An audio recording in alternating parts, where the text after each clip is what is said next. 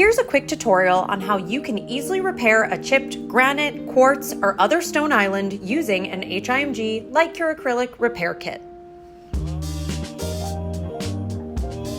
For damages on the side of a surface, we recommend using packing tape to create a retaining wall. This will help you fight gravity and create a space for you to easily fill in your chip, as shown here. We recommend clear LCA for patterned surfaces like this one because it allows the natural pattern of the stone to shine through, giving the most natural appearance. Once you've filled your damage with the LCA material, we'll use that same packing tape as a curing strip. Place the LED light right up against it for 3 to 5 minutes or until hardened. Since this is a glossy surface, we skip the sanding step for this repair, but we'll polish it off at the end. Watch as we repeat the same steps for this second damage.